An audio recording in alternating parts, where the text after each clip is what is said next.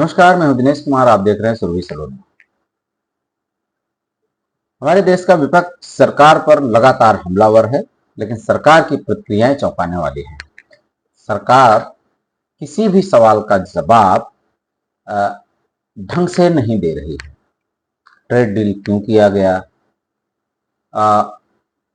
युद्ध विराम क्यों हुआ पाकिस्तान के साथ, इन सारे मुद्दों पर, और अब महंगाई, शेयर बाजार, रुपए का गिरना, इन सारे मुद्दों पर विपक्ष लगातार सवाल पूछ रहा है, लेकिन हमारे देश की मोदी सरकार किसी भी सवाल का जवाब देने में अब तक नाकाम रही है।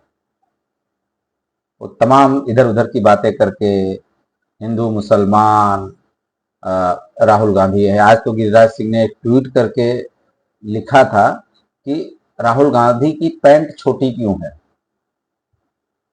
जनता के मुद्दों पर राहुल गांधी लगातार सवाल कर रहे हैं, कांग्रेस सवाल कर रही है, समाजवादी पार्टी सवाल कर रही है, आम आदमी पार्टी सवाल कर रही है, लेकिन हमारे देश की जो केंद्र सरकार है, जो बड़े बड़े विकास के दावे, अलग चेहरा चरित्र, ये सारी बातें करती थी, लेकिन जनता के मुद्दों पर जवाब देने में नाकाम है।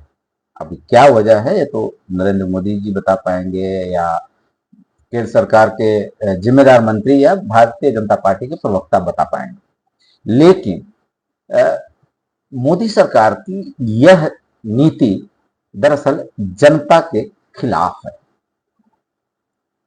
आपने अमेरिका के साथ ट्रेड डील कर लिया, अमेरिका अपनी शर्तों पर ट्रेड डील करवा रहा है। अब जिसे अगर विपक्ष द्वारा कहा जाता था कि आपने ऐसा क्यों किया अमेरिका के दबाव में, तब ये सीधा मना करते थे। लेकिन फिर से एक ट्वीट आ गया कि अमेरिका ने हमको कहा है कि आप रसिया से कुछ दिन तक तेल खरीद सकते हैं, 1 महीना तक तेल खरीद सकते हैं। अरे भाई, ये क्या है? ये सलाह है कि ऑर्डर है? लेकिन मजाल हो कि मोदी सरकार के किसी जिम्मेदार व्यक्ति द्वारा इसका खंडन किया गया। इसके पहले भी इनके द्वारा, डोनाल्ड ट्रंप द्वारा कई बार कहा गया कि सीज फायर मैंने करवाया, सीज फायर मैंने करवाया।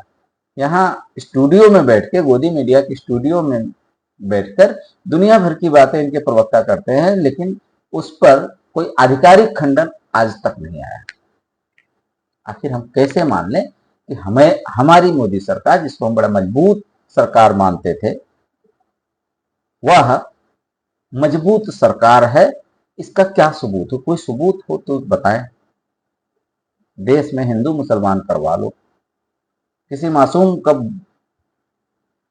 घर गिरवा लो बुलडोजर से, जाति देखकर इनकाउंटर करवा लो इनसे, लेकिन किसी जरूरी मुद्दे पर, देशहित के मुद्दे पर ये जवाब नहीं देंगे। अब जो है, एलपीजी सिलेंडर महंगा हो गया, देश भुगतेगा, युद्ध चल रहा है, लेकिन ट्रेड डील इनकी जो है उस पर कोई आंच नहीं आई। वो ट्रंप चच्चा ने कहा है। तो इस बारे में ना तो सरकार बोलने को तैयार है, ना उसके कोई जिम्मेदार मंत्री। बंगाल चुनाव में राष्ट्रपति तक का इस्तेमाल कर रहे हैं। सब लोग ममता बनर्जी के ऊपर पिले पड़े हैं और उन पर दुनिया भर की बात है, लेकिन खुद संवैधानिक पदों को किस तरह से ये लोग मटिया मेट कर रहे हैं, इस पर कोई ध्यान नहीं है। और खैर, सवाल भी कोई विपक्ष के अलावा मुझे नहीं लगता कुछ यूट्यूबर सवाल पूछते हैं, या तो विपक्ष सवाल पूछता है। हमारे देश की जिम्मेदार मीडिया बिल्कुल भी इस मामले पर सवाल नहीं कर रही है, और ना करे तो ही अच्छा, क्योंकि उनकी विश्वसनीयता तो यूं ही खत्म हो गई है। दरअसल पूंजीपतियों के भरोसे चलने वाले लोग सवाल क्या करेंगे? सारे चैनल पूंजीपतियों के हैं, अडानी के हैं, अंबानी के हैं, तो सवाल ही नहीं उठता कि वो मोदी सरकार से सवाल कर ले, क्योंकि सारे फैसले मोदी सरकार उनके हित में लेती है। खैर, बात अगर मोदी सरकार की करें तो अब तक सबसे, जो आजाद भारत देश में अगर सबसे कमजोर प्रधानमंत्री देश को मिला है, तो वह है प्रधानमंत्री नरेंद्र मोदी। जिसके तमाम उदाहरण आपको मिल गए होंगे।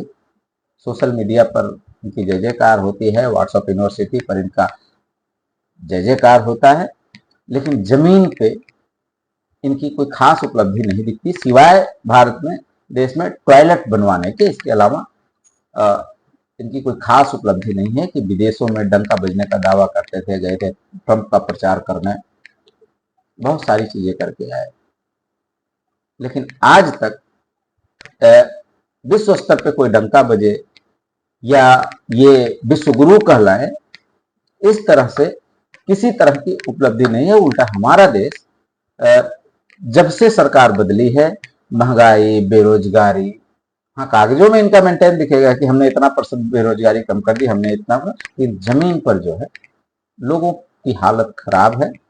ऐसे में